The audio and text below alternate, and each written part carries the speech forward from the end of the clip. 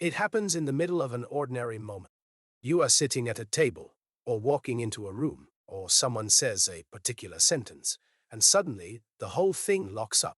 You have been here before. Not sort of. Completely. The cup in the same position, the words in the same order, the light coming through the window at exactly that angle. You know what is about to happen next.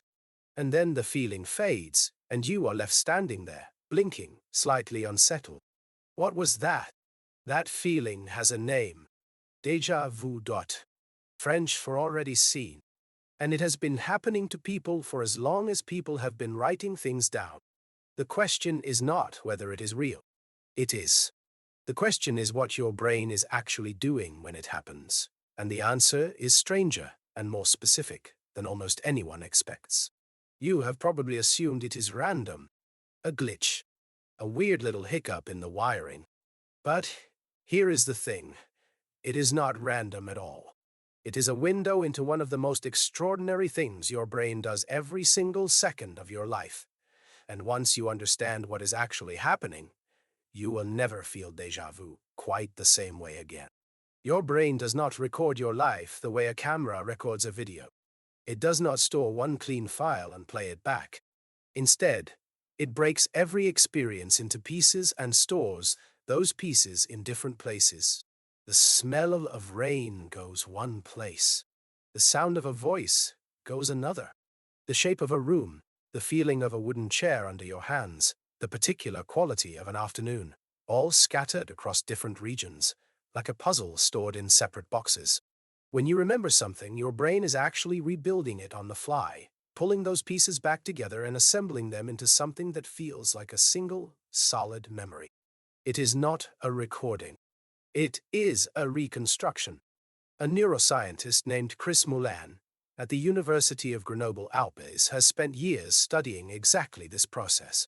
And what he and his colleagues found is that déjà vu appears to happen when that reconstruction process misfires in a very specific way. The brain's familiarity system and its recollection system work separately. Familiarity is the quiet, fast signal that says, I know this. Recollection is the slower, more effortful process that finds the actual memory and says, I know this because of that. Usually they fire together, but sometimes familiarity fires without recollection following it.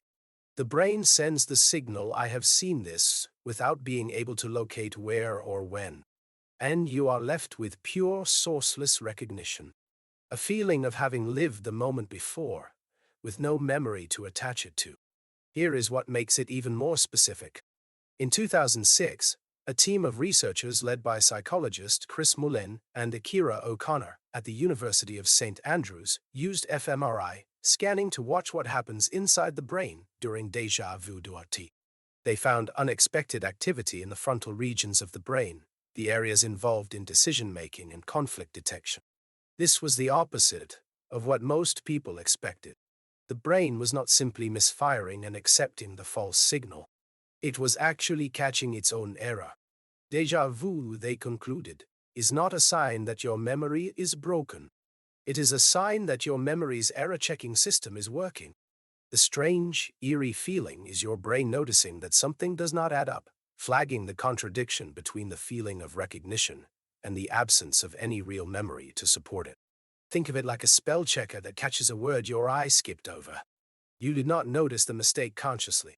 The system noticed it for you, and now it is flagging it in the only way it can, by making you feel deeply, inexplicably certain that something is off. This also explains why déjà vu happens more often when you are tired, or stressed, or slightly ill. Those are the conditions under which your brain's memory system is most likely to process information in fragments, partially, quickly, with the two systems falling slightly out of sync. It also explains why it happens more to young adults, peaking roughly between the ages of 15 and 25, when the brain is doing an enormous amount of processing, reorganizing, and cross-referencing. And here is the part that quietly changes everything. Most of the moments that trigger déjà vu contain something genuinely familiar, something you have actually encountered before, in a different context. A room that shares the layout of a place you visited years ago. A phrase that echoes one you heard as a child.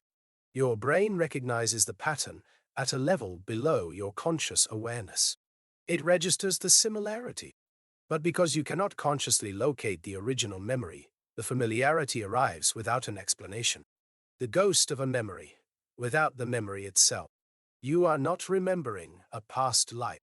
You are not slipping between parallel worlds. You are doing something far more impressive.